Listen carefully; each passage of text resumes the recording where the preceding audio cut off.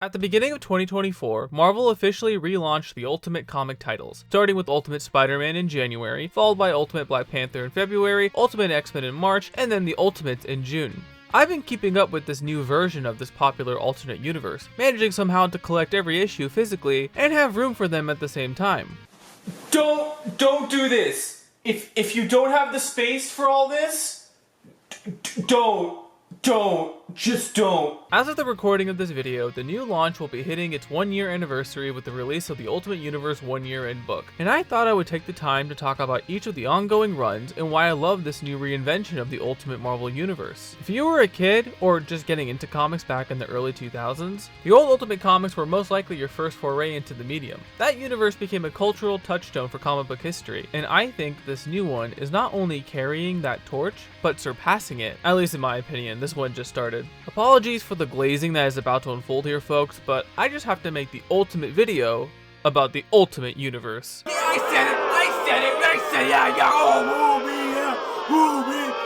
ow, what the? Here's the broad strokes of Ultimate Invasion and the setup for this new Ultimate Universe. The Maker traveled to another world, Earth 6160, an almost copy-paste of 616, and hatched a plan to prevent multiple heroes from becoming who they were in the previous universe. He stopped the radioactive spider from biting Peter, put Thor in prison on Asgard, prevented the Fantastic Four from forming, gave Hank Pym a brain injury, prematurely created the Hulk and left a huge chunk of the world in radioactive ruin, and brought in various villains and characters that are now villains like Colossus and the Hulk, all to form his own council that secretly controls the entire world. It's the one and only Eagle Double G.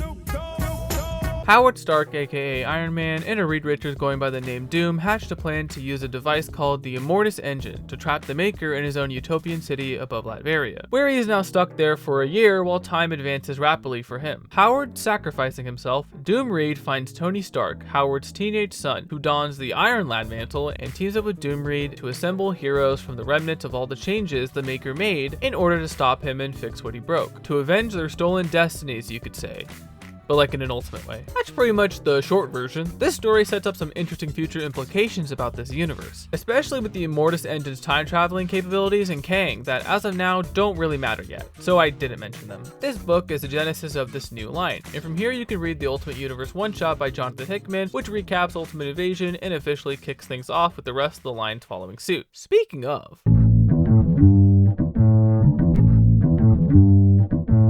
for the first run, we have Ultimate Spider-Man by writer Jonathan Hickman and artist Marco Checchetto, with David Messina occasionally in as a guest artist. Everyone talks about this comic. You've probably seen the TikTok edits, the YouTube shorts, the podcast about it. Your grandma who read the old Ultimate Spider-Man run most likely knows about it. This has been pretty much everywhere. The hook of Peter Parker becoming Spider-Man after he is married to MJ and they have kids was enough for this book to be on everyone's radar, especially given the current Amazing Spider-Man run, which is...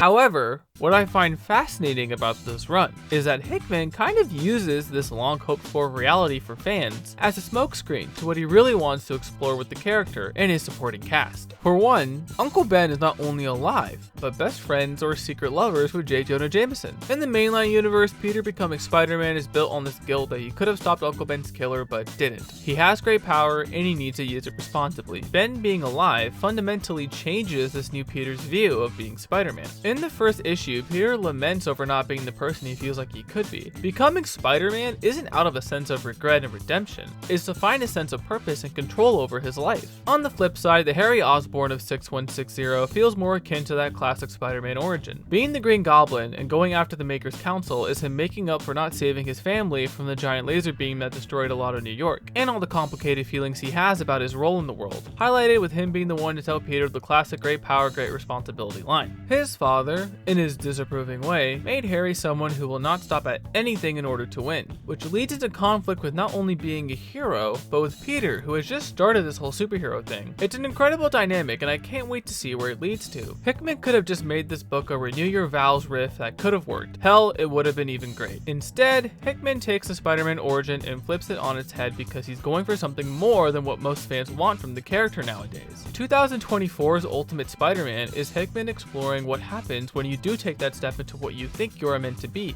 That first step to realize that great power that comes with great responsibility.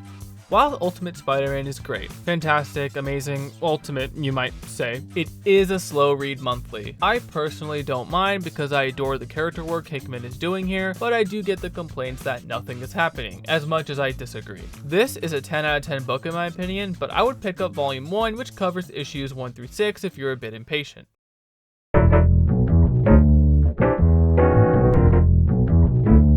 Ultimate Black Panther by writer Brian Hill and artist Stefano Caselli brings this Dune-esque approach to Wakanda and Black Panther.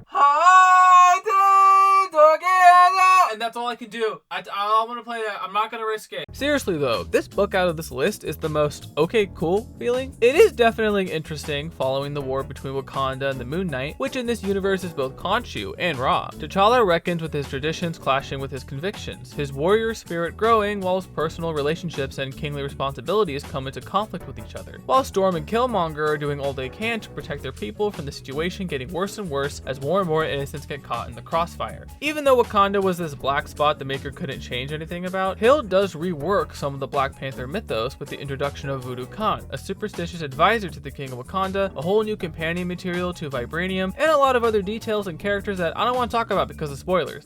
I get why this book isn't as talked about compared to the others. On the surface, it isn't doing a whole lot of new things that give it this wow factor, but I think there's some complex themes and ideas being explored here. We just got introduced to the new Sorcerer Supreme, and pretty soon the war against Moon Knight is going to wrap up, which will hopefully kick things into gear. Right now, I would say it's a pretty good solid 7 out of 10. I would recommend picking up the collections as they come out. There's some groundwork here that is ripe for the picking, and seeing how far T'Challa will go to protect his kingdom is bound to lead to some dramatic conflicts as we approach year 2.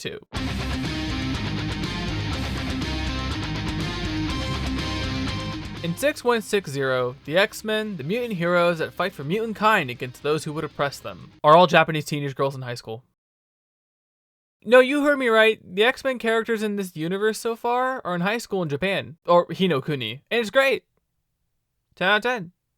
On God. Peach Momoko is pulling double duty as both the writer and the artist, with Zach Davison translating. This book is the one that is the most out there in terms of the concept in relation to the overall universe. Even when they announced it, they clarified that you couldn't believe the pitch for this book. Instead of classic characters like Professor X and Magneto, we instead follow Armor aka Hisako Ichiki, May Storm aka Mei Igarashi, and a bunch of other reinventions of classic X-Men characters. As the X-Men gain ranks and start to investigate the infamous cult, more and more the secrets of the world begin to get exposed, leading into all kinds of mutant mayhem. Momoko is taking heavy inspiration from the subculture of Japan, complete with an occultism and folklore style presentation and story. The arc goes into full body horror and abstract imagery, where nothing is uniform and the action is heavily stylized, giving this run its own identity from the previous iteration, which had... Well, it got better, but holy shit. Changing the setting and adapting the characters gives this X-Men story a perspective you probably wouldn't find from a Western lens. As a result, however, this run feels the most separated from the rest of the universe, and it remains to be seen how they tie all this together for the future. Like, what are the Ultimates gonna do when they find out the X-Men are teenagers? Like no adults, just all teenagers. Like, are they gonna recruit them?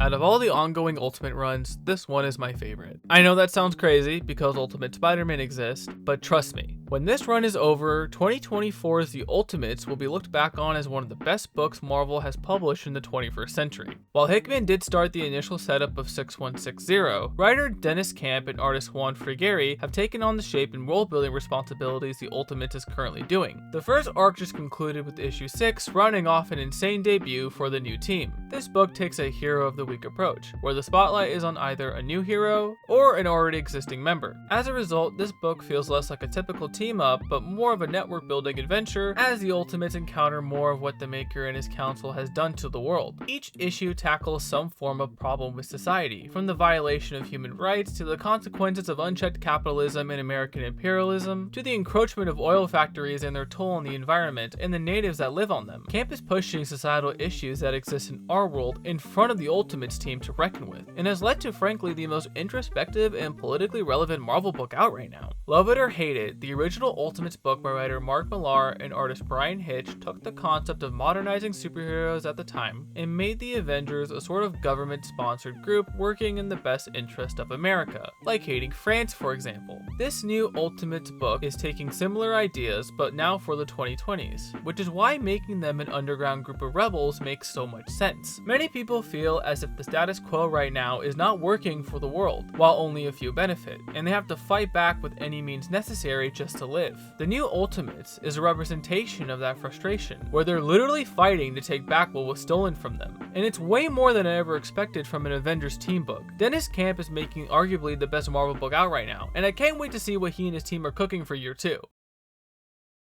The new Ultimate Universe feels like the most creative-driven push Marvel has published in recent memory. Each book is doing their own thing while set in the same world, and the artists involved have free reign to do pretty much whatever they want to these established characters. Reading each book feels like I am experiencing something new for the first time, and I can't wait for this line to continue with the upcoming Ultimate Wolverine by writer Chris Condon and artist Alessandro Cappuccio, as well as whatever is next for this world. DC is doing something similar with their new All-In initiative. Not only are their mainline comic books all creating stories that anyone can jump into, but also their new Absolute Universe is kicking off with Absolute Batman, Absolute Wonder Woman, and Absolute Superman. In a similar vein to the current Ultimate Universe, these books are reinventing the mythos and characters, all driven purely by the artist. There really hasn't been a better time to get into comics, even beyond the big two. You don't have to worry about the number of the issue or whether you have to read another run to understand what is happening in a different one. Each story is concise and self-explanatory, and any connections that happen are explained pretty easily or you're given a direction to go into. There are plenty of reading orders compiled by official sources and fans, and a bunch of comic YouTubers you can follow so you can catch up on stories you missed or don't have the time to read. As someone who just started seriously collecting single issues physically, which is insane if you don't have the space, let me tell you that it's worth it. I fell back in love with the medium and storytelling itself. If you can, I highly recommend getting into comics now.